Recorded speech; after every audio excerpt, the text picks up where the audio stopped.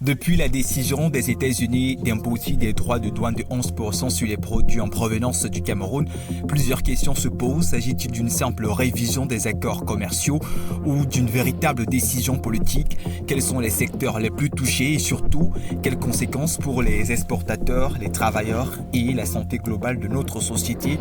Entre lecture économique et message diplomatique, cette mesure soulève des enjeux de souveraineté, de compétitivité, mais aussi de stratégie nationale. Cette taxe pourrait bien marquer un tournant. Cet après-midi, on reçoit dans notre invité M. Joseph Bikak, doctorant en sciences économiques et CEO de My Job Consulting. Nous allons décrypter les causes, les effets et également les pistes de sortie. Bonsoir à vous et merci de répondre à nos différentes questions.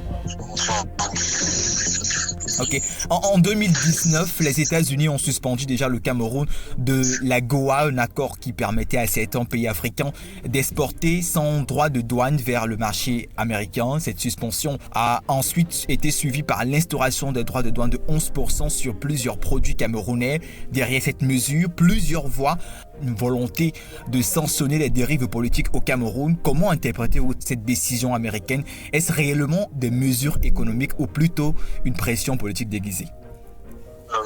Déjà, merci pour la question. Bon, déjà, il faut clairement le préciser que pour nous, ce n'est pas réellement une surprise. Cette mesure de l'administration de Trump, parce que cette mesure entre en droite ligne avec tout le reste fidèle aux logiques de l'administration de Trump depuis leur accession au pouvoir en 2017 et maintenant en 2025.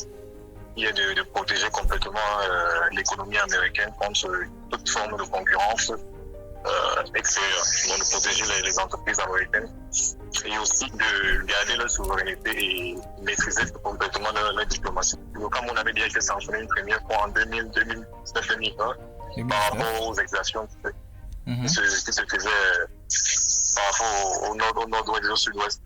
Donc, mais comme on avait été référé dans de l'AGOA, l'African Growth and Opportunity Act, qui accordait certaines faveurs aux entreprises camerounaises d'exporter aux États-Unis sans payer de droits de douane.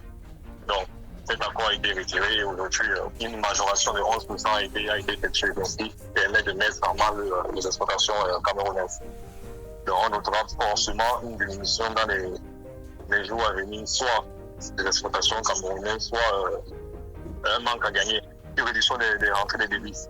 Donc, voilà comment on peut interpréter c'est acte-là de la part des États-Unis. Vous avez dit tout à l'heure que c'est pour protéger les entreprises américaines, mais les protéger contre quoi?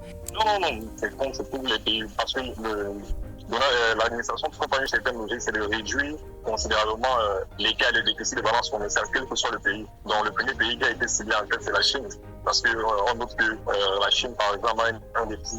Il crée un déficit budgétaire, un déficit commercial autant pour moi, aux États-Unis, qui est de 1 milliard de dollars par an.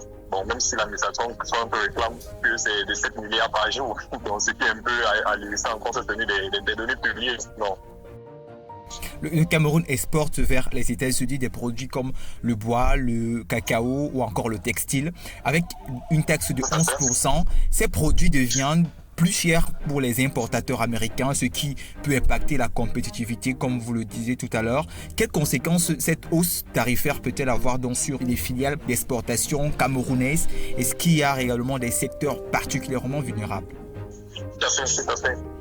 Déjà, le Cameroun n'étant pas un pays producteur, mais étant plutôt un pays producteur de matières premières. Parce que nous n'avons pas d'industrie à proprement parler ici au Cameroun.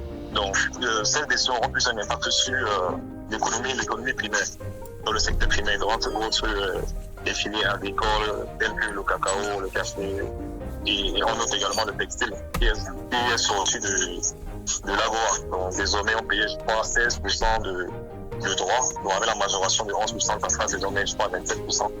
Donc, cela, comme conséquence directe, on va par exemple la perte d'emploi. Parce qu'il faut savoir que ces filières agricoles emploient le million de petits producteurs à l'échelle nationale.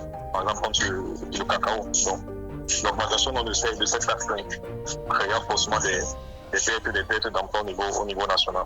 On note également la diminution des rentrées des devises.